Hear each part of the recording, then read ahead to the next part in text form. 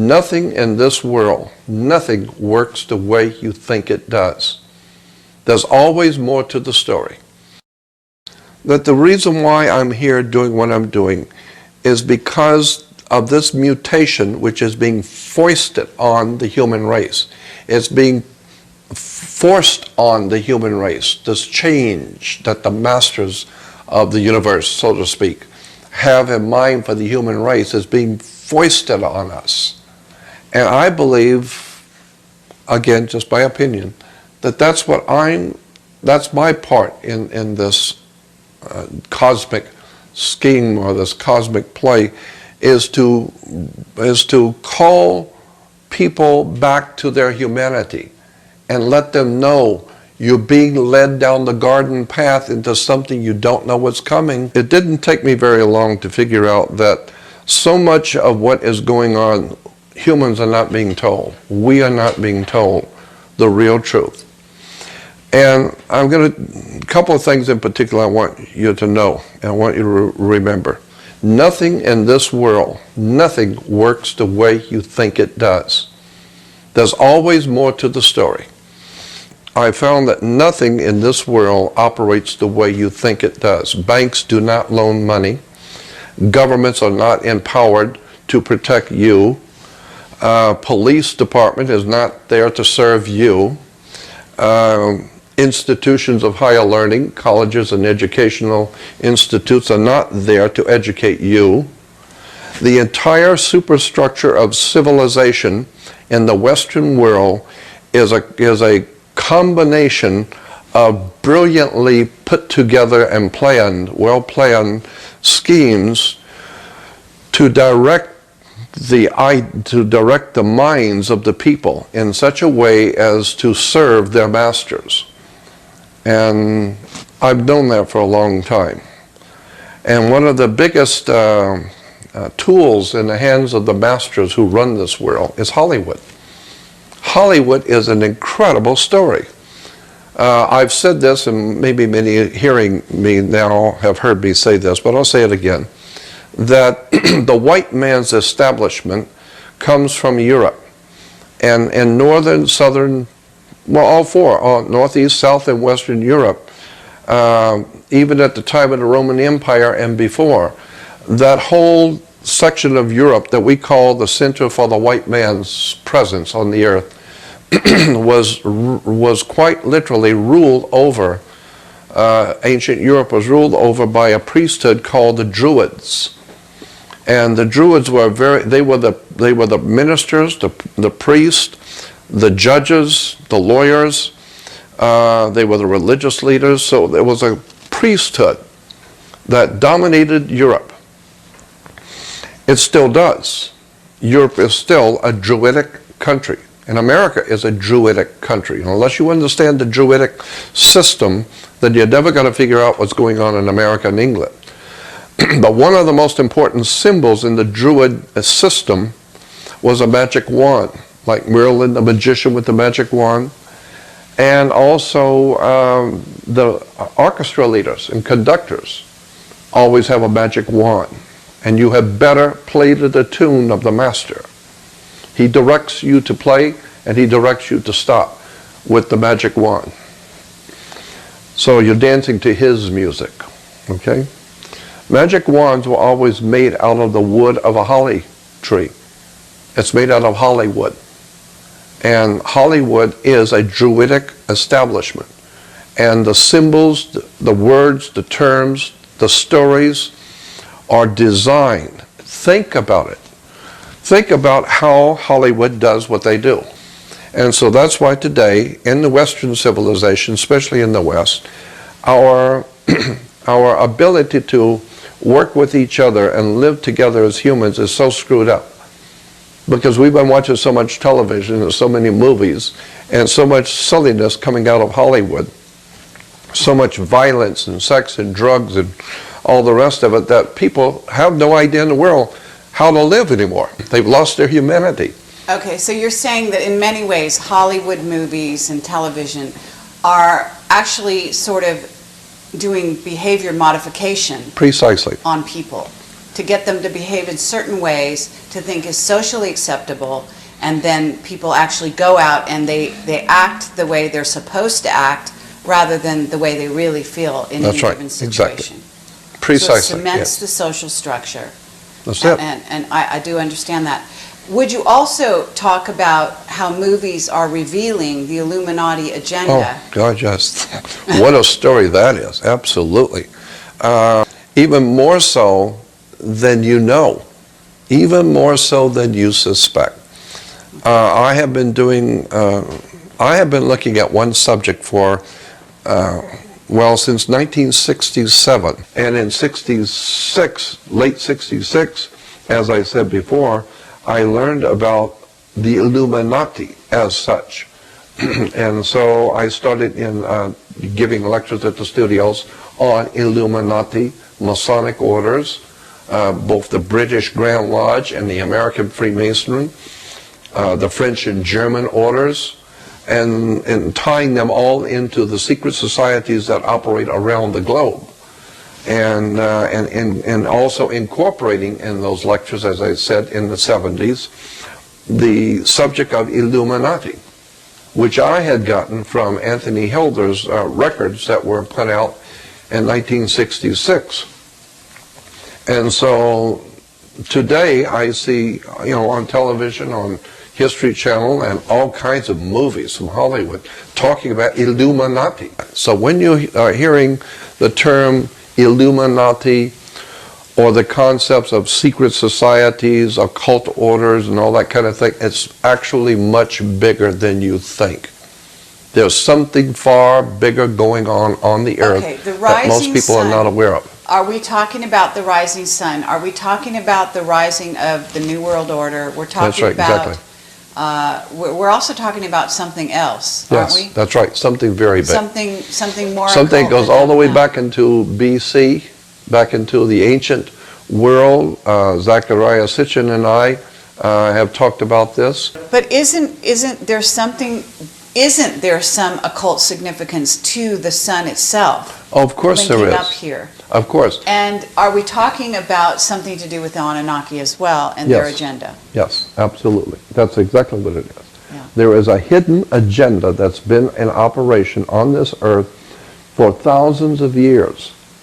And see, I'm at a disadvantage because I'm trying to explain something to an audience who has not been where I've been and seen what I have. And so I'm having a difficulty trying to legitimize what I'm saying if you haven't seen what I've seen.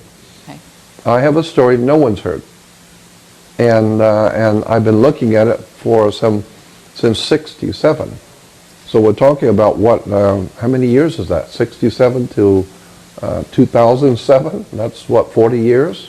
Yeah. Yeah. Yeah, absolutely. And when did you actually stumble on the final, because I feel like, in a sense, you have the full meaning of it at this stage. I think that perhaps you have that full meaning. So I'm asking you, in a sense, when did you arrive there? How many years ago did you actually get to the full meaning? Probably somewhere in the mid-90s, it began to really dawn on me. Okay, yeah, and dawn has something to do with it. That's We're right. also talking about, We're talking about an ancient story that has been the Golden Dawn. We're talking about the Golden Absolutely. Dawn and the Absolutely. information there. But what, much further back, but Golden Dawn was just one more step in a continuing flow of a particular idea, and as it moves into the last days of the world that we're living in, we are now entering into a new dispensation, I choose that term, dispensation of time, in which this symbol is going to be everywhere. And I'm thinking, these guys who are smart, intelligent in Hollywood, they are either knowledgeable on this symbol and are releasing it slowly but surely, or there's some kind of an understanding going on that people are starting to look at symbols more now and beginning to put the pieces together like I've been doing for 48 years. And now they are beginning to perceive what I'm talking about. But they haven't got there yet. And so it's a form of professional jealousy. I would like to be the one that presents my work before Warner Brothers gets a hold of it from somebody else. Well, all tell the us. presidents of the United States, all of them, have used the same terms. From George Washington, the terms he used and the things he said were taken directly from the ancient prehistoric world of the Anunnaki, the ancient gods, from the ancient Sumerians, Babylonians, Phoenician Canaanites, ancient Greece, ancient Rome. They all use the same word in the same term. The term is the dawn of the new day. Okay. And the concept of the dawn of a new day is the sun rising between two mountains. And this goes back to the beginning of Christianity in the 4th century when Constantine codified the religion called Christianity. Christianity is nothing more than, in my opinion, Christianity is the most popular rendition of the ancient cult story. This ancient thing that for thousands of years it's been hidden from people, but the masters of the world, the kings and rulers have all understood. Christianity is telling you the same story, but you don't see it. So people are fixated on Jesus and on his ministry and never for a moment suspect that the entire story is the same ancient story that's been told by so many ancient cultures and is today part of the New World Order, Illuminati, Masonic orders around the earth. The entire superstructure of Western civilization has bought into this most ancient story, never realizing for a moment what they're doing. It's like some kids going into Hollywood, leaving home and they're going to Hollywood. They're going to be in the motion picture capital of the world. Never realizing, no, the streets of Hollywood in this city is not some place for an innocent kid. You're getting yourself involved in something you have no idea in the world how bad it really is. And I think that so many people have bought into the different religious orders, Jehovah's Witnesses, Christadelphians, Worldwide Church of God, Mormon Church. All of these are part and parcel of a larger world movement that's been planned for a long time. And where the world, especially in the Western world, I'm talking mostly in the Western world, because the Arabic world is also heavily involved in this, but that's a different subject. But for the moment, Western civilization is just going over going over the wall with this thing. Everybody has bought into it. They're all using it, and they're all buying into this whole new order of the world, never realizing what this actually implies. You know, the very term Novus Ordo Seclorum on the back of the dollar bill, that comes from the Roman poet Virgil.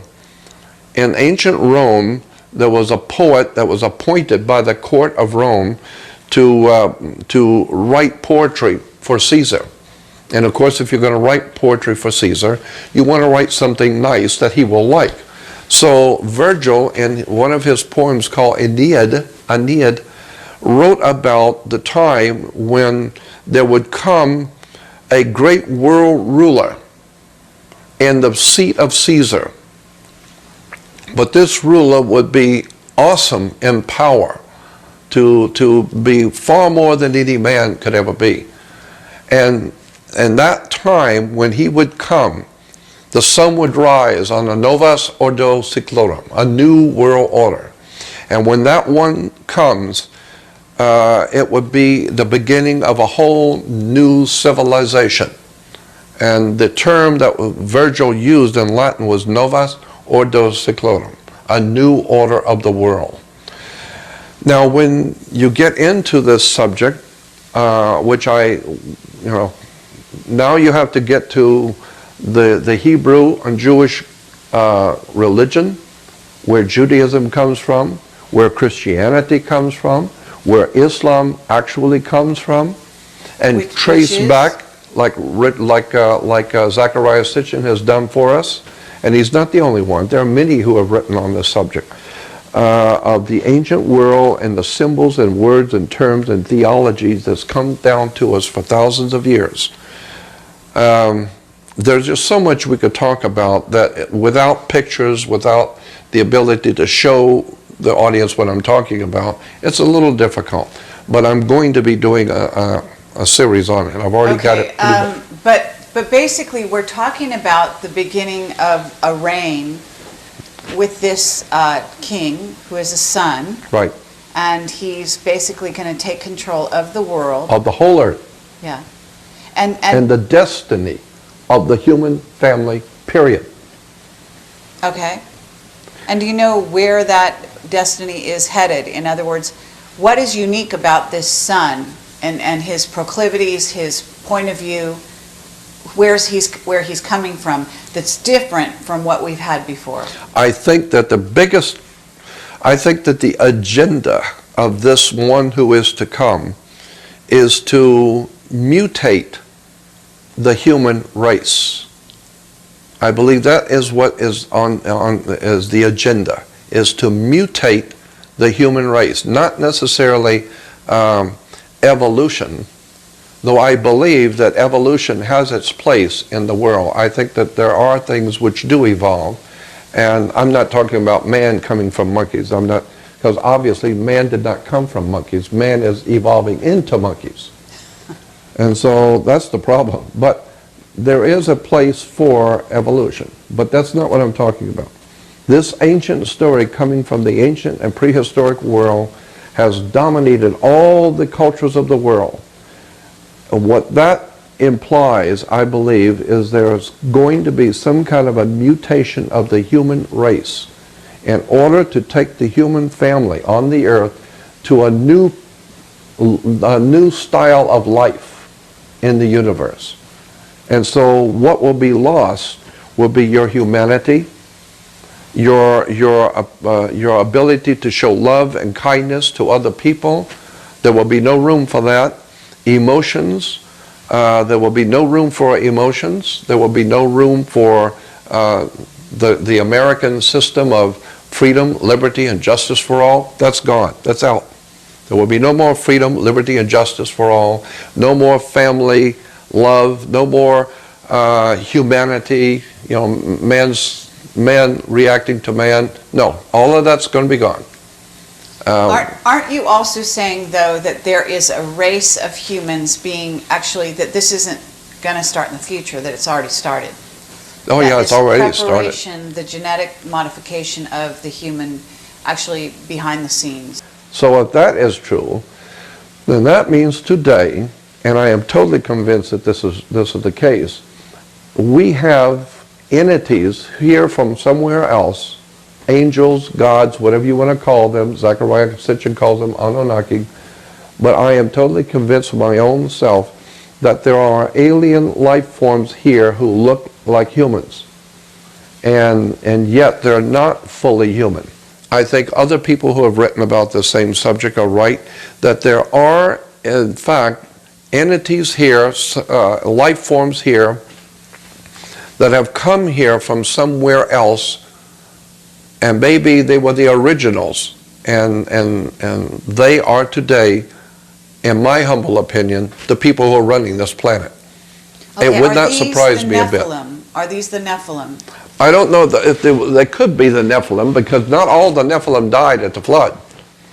A lot of people, a lot of Christians will tell you, oh yeah, all the Nephilim died in the flood. No, that's not what the Bible says.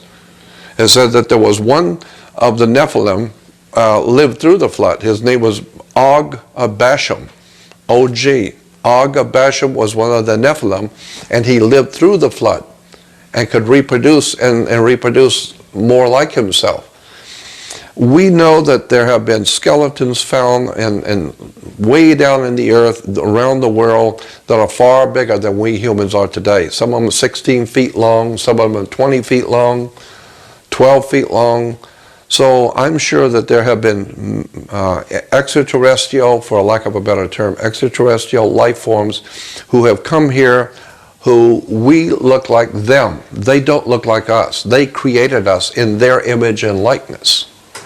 Okay, but this new sort of ruler is their son, is the son of God, right?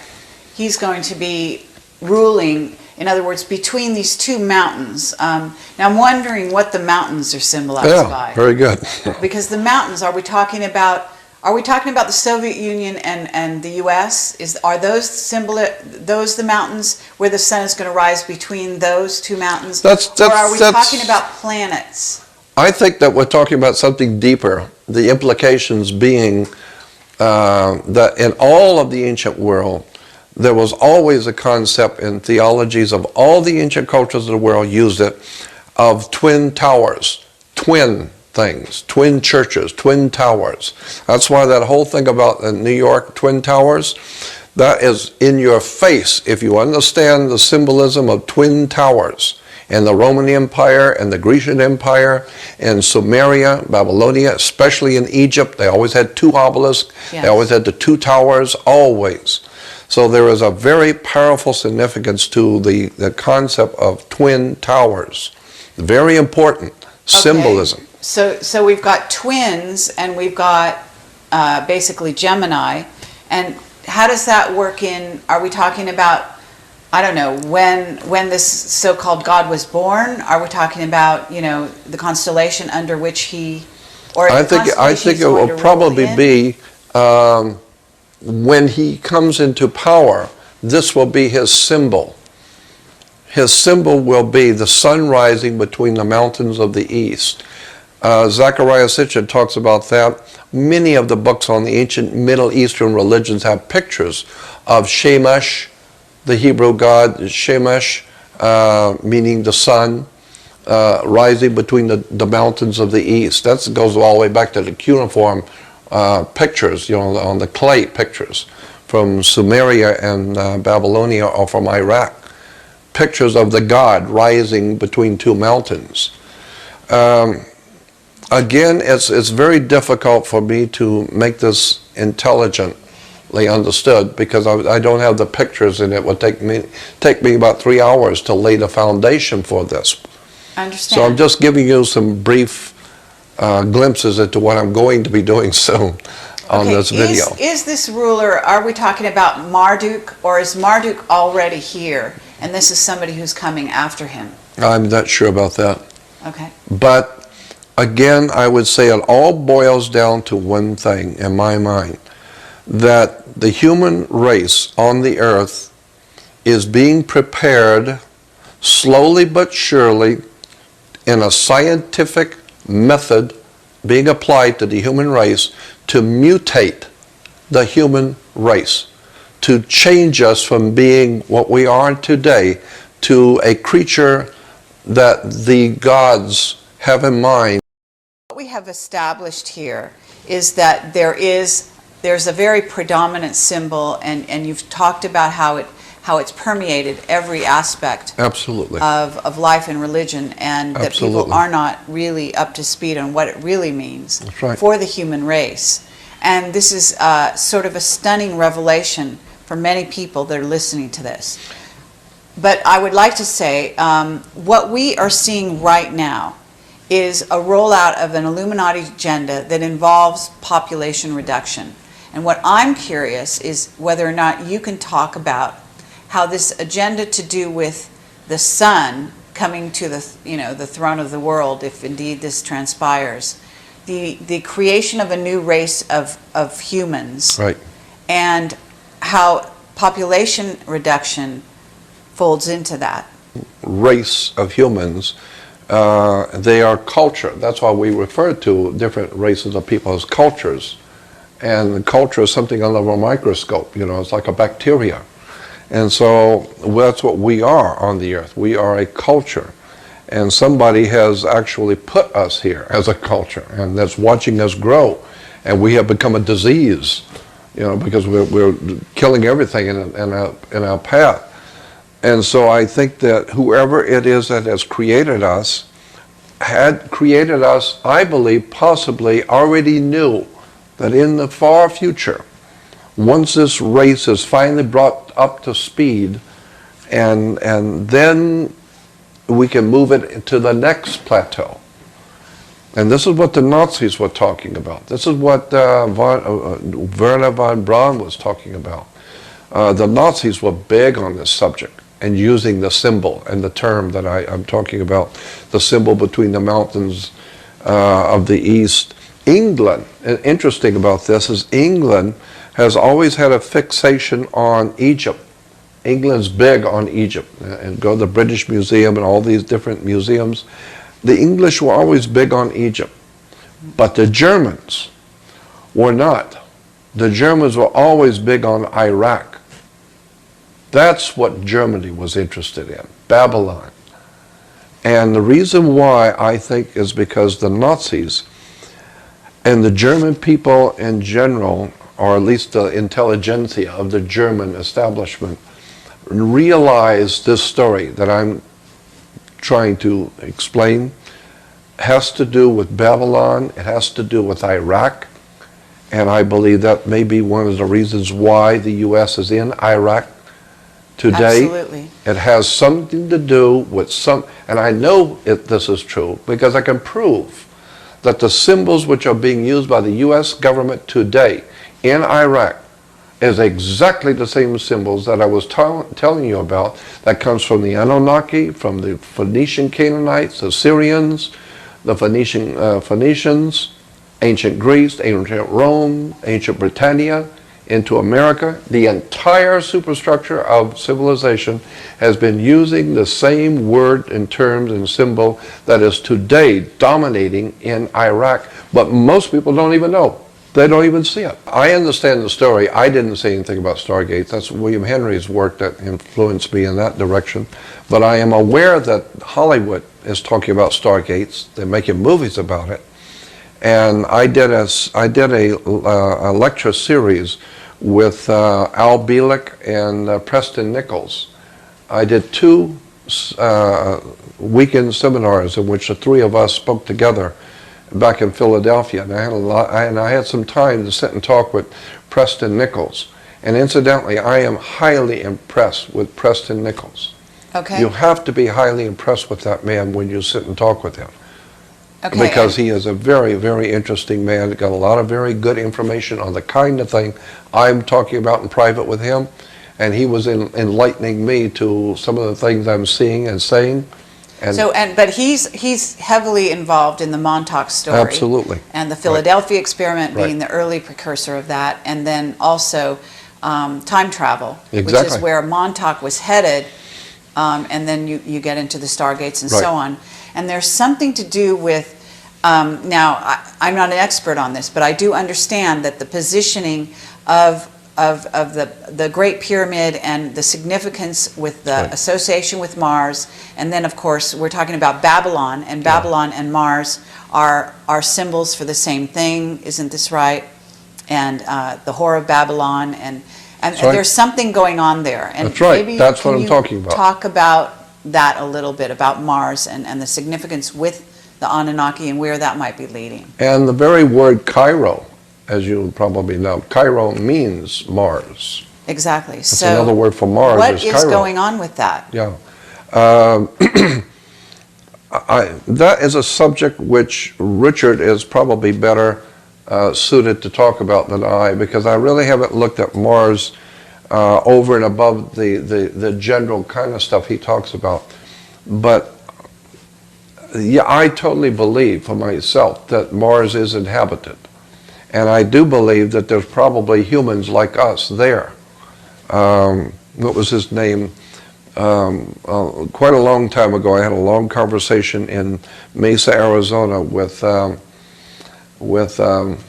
Virgil Armstrong Postlethwaite. Virgil Armstrong and I sat in a restaurant in Mesa, Arizona many years ago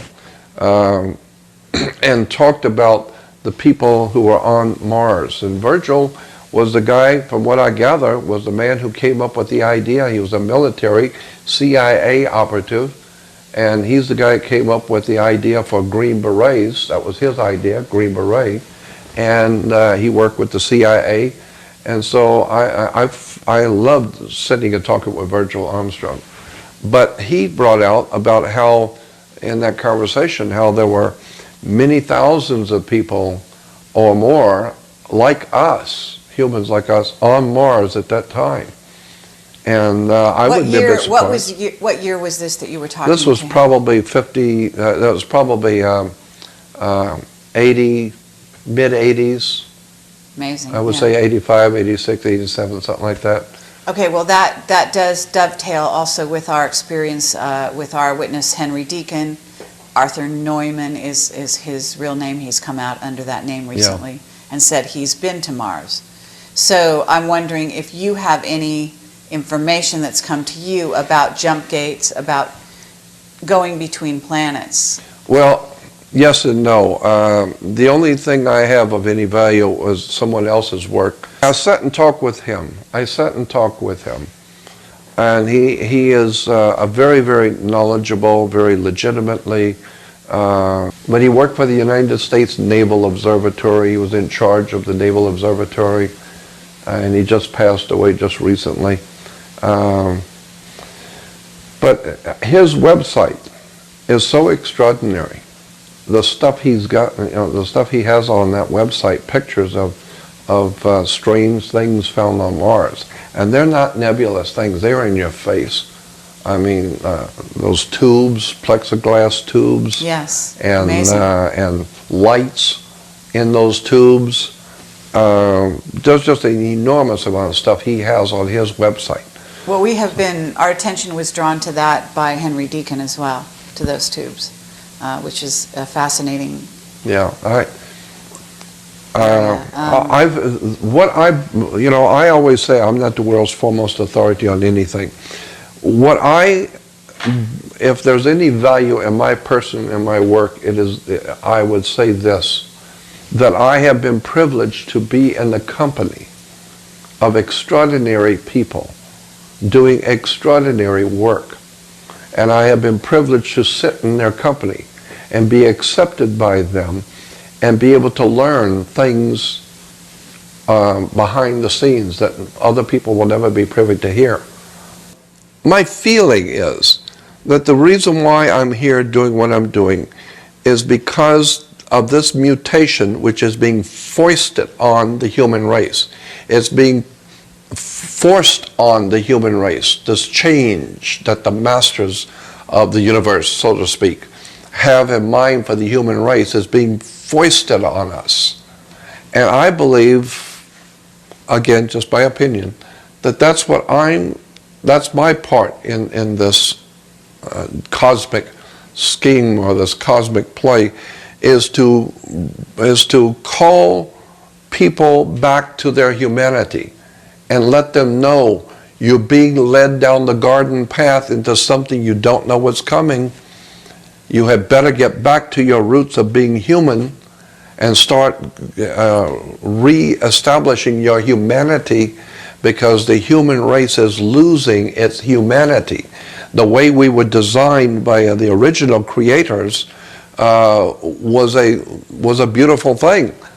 I mean, when you look at children and little animals, you have to know that whoever designed us designed humans and life forms to be beautiful, to be charming, to be a beautiful thing, to live in a beautiful world with children and gorgeous and beautiful things which uplift the spirit. But I am totally convinced that there is now on the earth, again, for a lack of a better term, alien presence, which are the enemies of the human race. And they are obviously enemies of whoever the original creators of us, because of the things I've been told, that the people or the entities who created us, the gods who created us, have enemies out there in the universe. And they have come here to see what these gods are doing, what these aliens are doing. And they're coming here and say, I see what they're doing. They're creating these creatures.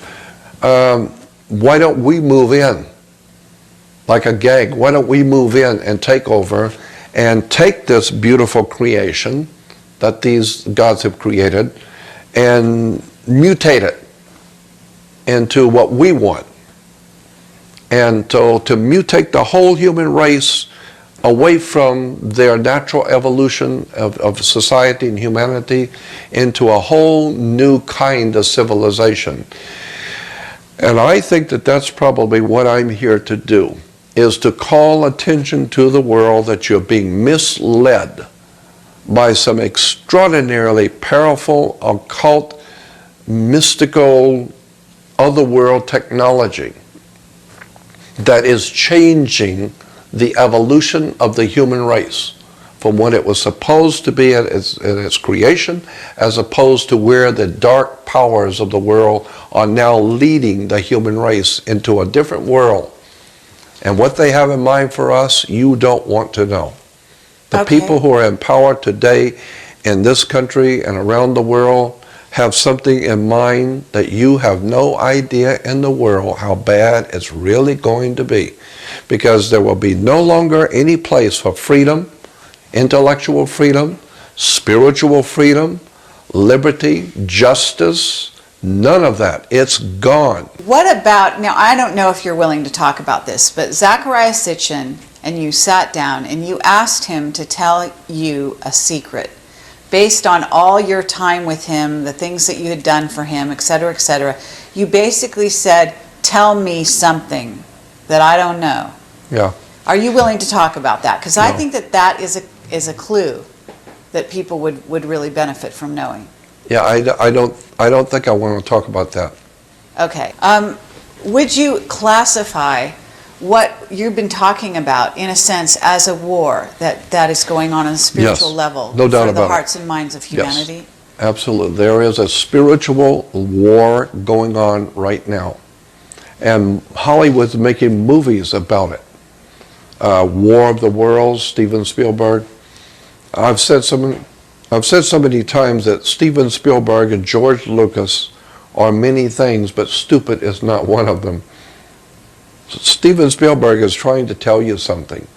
The extraterrestrials, who are referred to as the visitors in the new one are giving to the public a pamphlet explaining their, quote, new world order that they are bringing to the planet. Right. And the picture, which I have, shocked me. My knees got weak and I had to sit down. It was shocking. There was the visitors, the alien visitors who looked like humans, were handing out pamphlets to the people about their new order that they were going to bring in.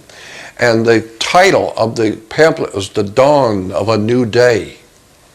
The very words that I have been researching for some 40 years is now going to be in the movie of The New V. Okay. And I'm telling you, that is not only significant, it's mind-blowing when I give you the whole story. Because I'm telling you, that symbol is going to become the most important symbol around the globe for the first time in the public view. Anytime you want to do research on the hidden stuff, like I've done, it's everywhere. But no, now, because of Obama, now the secret societies of the, what I think are extraterrestrial masters of this world, are going to bring this symbol out into the world so everyone can see it.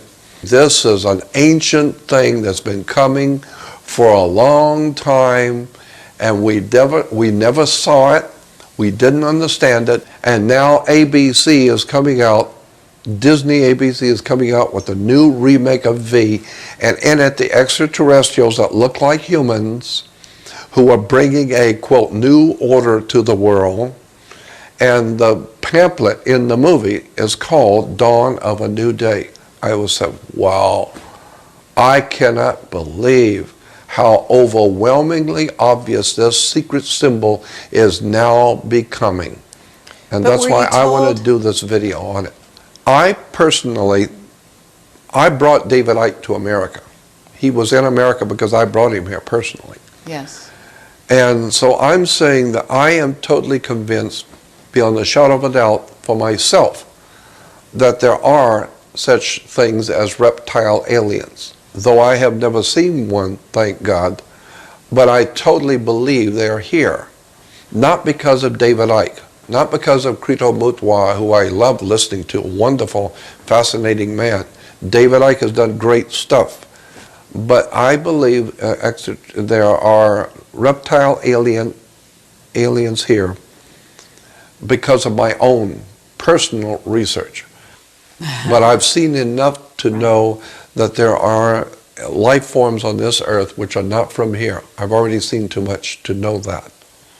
My experiences have been extraordinary, as I said. 36 major experiences I've had in my life where I've dealt with other world phenomena. So, I don't know. Okay, well, this is a really amazing interview. Can you talk at all about anything else that you think that people should know in terms of the overall picture that you've been giving them here? I would say be aware that there is a war for your soul. There is a war for the spiritual. You know, there's always been this question for thousands of years. All the great philosophers ask it about whether we are physical bodies which have a spirit in it, or are we originally a spirit which has taken on a physical body? You know, I mean, which comes first, the chicken or the egg? But I am convinced that no matter how it happens, if we were physical and took on a spirit, or maybe we were a spirit and took on a physical body, I believe that there is a war going on from somebody out there that was an original enemy of whoever created us. So whoever created us has enemies out there in the universe that are diabolical enemies. And we know this is true in government. You know, you may see the president and the first lady and all of that, and it's very prom and proper, but they have enemies, powerful enemies. That's why they have to be totally surrounded by military and protection, because they have serious enemies. Because the Illuminati, I found out about, like I said, in 1967, when Anthony Hilder produced the series of records of 333 and a third record albums called Illuminati. The man speaking was an incredibly interesting man named Myron Fagan. And I don't know if you've ever heard Myron Fagan's Illuminati records. It will knock you out. Absolute. Today, it's still a knockout. Wow. And when I hear it today, I heard it 40 years ago. When I hear it today, it's still a mind blower. I have a question for you that is a little bit moving onto another topic. It has to do with the Illuminati, but I wonder if you would address it. What is the significance of merging the red and the black? Oh, that's interesting.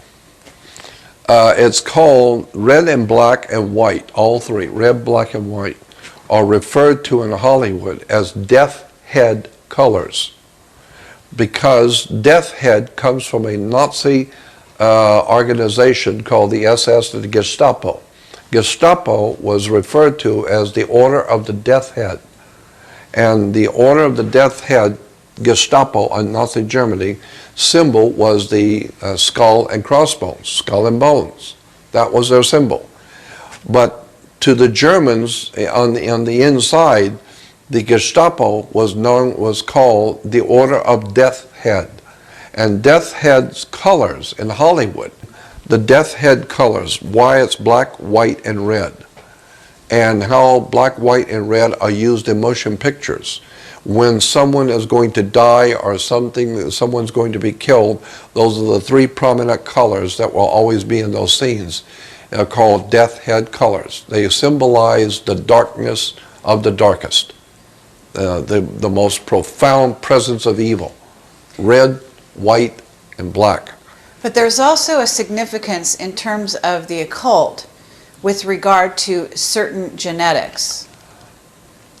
Certain genetics? Oh, Genetics. of course. And so I believe that the gangs going on in America today are being organized, directed, and financed out of Europe to destroy our culture in America. I think that European Freemasonry is heavily involved in destroying America. And you need to understand the whole story about how America was founded and how it was founded as a corporation. It's a privately owned corporation. We can talk about that for days on end. But I believe today the most serious evil organization on the face of the earth is the Vatican. That's my personal opinion. I think if the Vatican was done away with off the face of the earth, there would be a shout of liberation heard around the world. Because the Vatican, in my opinion, is the bulwark of this dark thing that's happening on the earth. So when you talk about Illuminati, when you talk about the really dark criminal stuff that's going on in the earth, you're talking the Vatican. You're talking the Knights of Malta, which gave us the 6 men who founded the CIA in America, were all Catholics, members of the Knights of Malta. When you begin to look at the banking fraternities in America, like the Bank of America, Union Bank in California, all of these people who founded these banks and today are running the banking establishment are all Knights of Malta, Catholic Masonry. So when I hear people talking about the Jews this, the Jews that, and the Jews are responsible, I said, no, you better go back and do your homework. The Jews have been slaughtered all over Europe by the Vatican.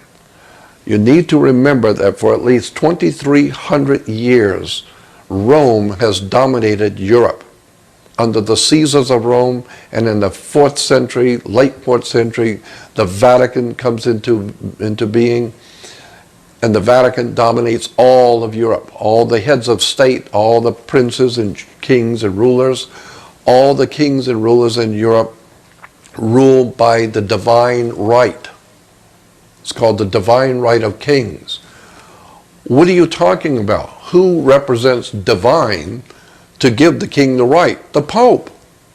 The Pope appoints certain families to be over the French. The Pope appoints certain people to be over the Germans and over the British. And so by divine right. Why? Because the Pope represents God. And the Pope says that this family is holy and that they should rule. And therefore they could now say they rule by divine right. And the whole idea of divine goes back to the chalice, and the Holy Grail. And in the Catholic Mass, you have the priest breaking the bread and then pouring the wine. Well, wine is made from grapes, and wine is red. So it's a red grape wine represents the blood of the atonement blood. It's a blood sacrifice. But where does the wine come from? It comes from grapes, and grapes grow on divine. And that's where we get the concept and the word divine, because grapes come from divine.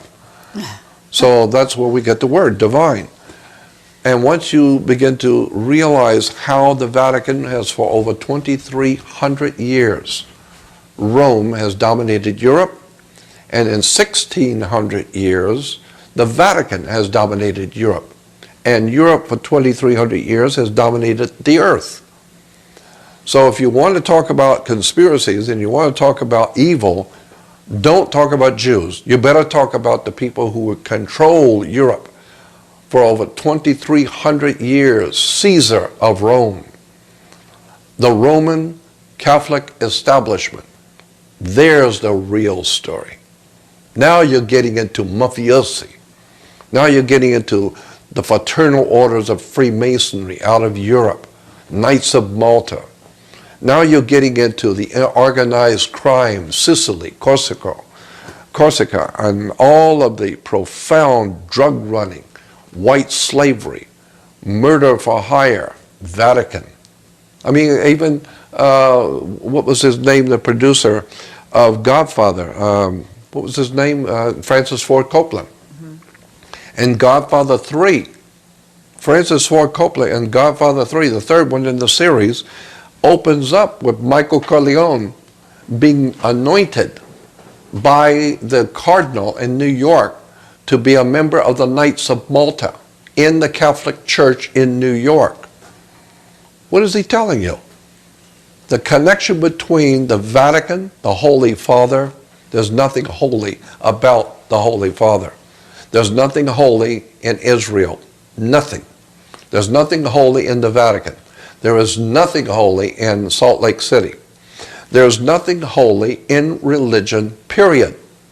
It's a way that the masters, whoever these entities are who are controlling the human race, they have set up certain institutions of learning, of education, religion, and government. That's why I've said you better go back and do your homework on where the history of the world comes from. I don't see the world being run by Jews. I see Jews being used, but you will find that even Rothschild, the Rothschild family who we hear so much about, those Jews who were running Europe. No, if you go back and look at the history of the Rothschilds, you will find that Rothschild represented the Vatican. He was dealing for the Vatican. He was a Vatican banker appointed by the Vatican to deal for them, so that the Catholic Church would never be involved in all that terrible stuff going on in banking. We'll let the Jew do it. Then, of course, if something comes out, well, it's Jewish, obviously. No, it's your money that he was handling. As far as I'm concerned, it's the worst thing that's ever happened to the world, is what's really going on in the Vatican. And that doesn't even bring up the subject of Propaganda Due. P2, the Propaganda Due, P2 Lodge, that was even mentioned in Godfather 3 twice. There's a Masonic order in Europe called Propaganda Due. It's called P2.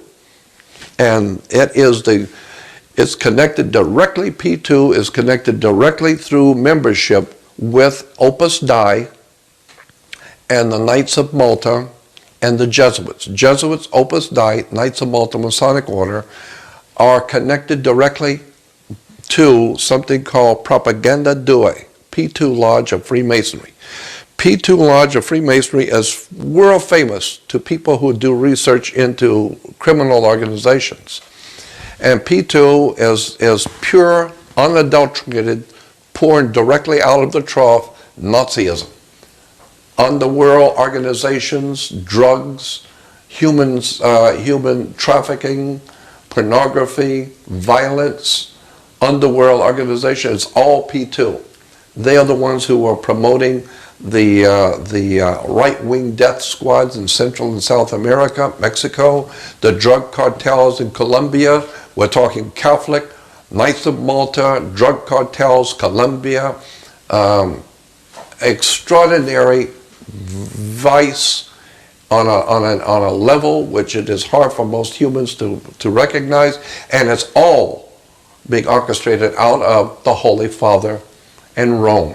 This is why I've said so many times, there's never going to be a time in the history of this country that America will be saved. I don't believe America can be saved.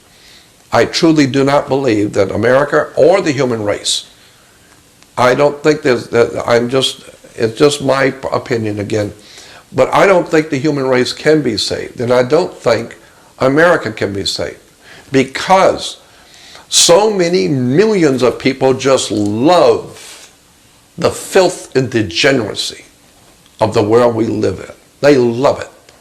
They love the Holy Father and all the pomp and glory of all the politicians and kings and rulers and the pusillanimous pictures of Bush kissing the ring of the Holy Father. What does that look like for Nancy Pelosi, Speaker of the House Nancy Pelosi, in full color on the news, bowing down and curtsying and bowing down and kissing the ring of a Roman pontiff? The men who founded our great nation would throw up with this treason, high crimes and treason against the state by these people who call themselves America's leaders. I'm telling you, the Vatican has given us the mafia, drug running, prostitution, terrorism, violence, child pornography, all of it. And the children that are disappearing. Are you familiar with Leo Zagami? Say it again. Leo Zagami. Oh, yes, yeah. I've heard him And many he has times. talked about when he's gone back into the fold because they tortured him. But Yeah. when he was out for a moment talking to us, he talked about underneath the Vatican is a huge reptilian base. Back in 1980, there was a book put out. It became a New York bestseller for many, many months. It was a top-of-the-line bestseller called Holy Blood, Holy Grail. And the three authors were three British authors, Bagehot, Lee, and Lincoln. And they outlined for the first time the story of the Knights Templar Masonic Order in Europe, the Knights of the Holy Grail, the whole concept of a Masonic secret society operating in the world.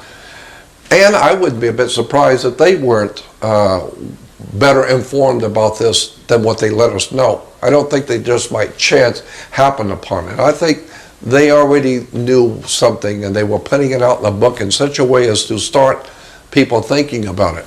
But nonetheless, Bagehot, Lee, and Lincoln were extraordinarily brilliant writers, and their research was impeccable. I mean, these guys nailed it down, and even today around the world, people who are knowledgeable in these subjects will agree. Bagehot, Lee, and Lincoln did one hell of a job. They had their homework done.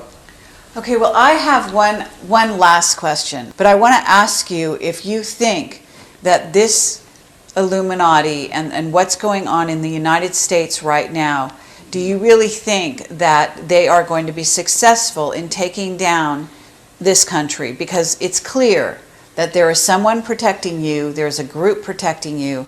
They certainly have some amazing powers, as you've demonstrated. Do you think that these powers, these Illuminati people behind the scenes, are going to be successful at taking down the United States government? Yes, I totally agree, yes. There's no doubt in my mind, for myself, I do not believe America or the world at large is going to be able to extricate itself out of this situation. No, I do not believe it's possible. And the reason why is because the people are too stupid. They're too ill-informed, ignorant, ill-informed, unread, self-centered, egotistical, materialistic, and downright stupid. And they don't care. Basically speaking, people don't care. Ludwig von Mises, in one of his books, the great European economist Ludwig von Mises said, and he's right on as far as I'm concerned, he said that in every age and in every country, the people of every nation have always supported a dictator. The people have always supported a dictator, and they always will. There's never been a time in the history of the human race that you can show me where the people of a nation rose up and demanded their freedom, liberty, and justice for all. Not even in America. 97% of the male population in America at the time of the American Revolution did nothing. Only 3% took up arms against the British masters and gave us a modicum of freedom. But happily, that will never happen again. America is finished. I do not believe America can be saved. I do not believe the human race can be extricated or saved from what is coming. I do not believe that my mission here is to save anybody. I believe what I am doing is to help those who want to know. Those handful of people who are awakening and who sincerely, spiritually understand the dynamics of what's going on and who want to know and want to change and want the protection of the spirit. That's a small modicum of people, a very small niche. I do not believe America can be saved. I'm doing what I'm doing only to help those who want to know. Obviously, you are a person who is trying to wake up people, okay? And sometimes there has to be a severe word told to the people in order to actually get them to awaken. And I do believe that this is part of your mission. Absolutely. That's why I'm trying to do whatever I can to help those who want to know and hopefully it may spread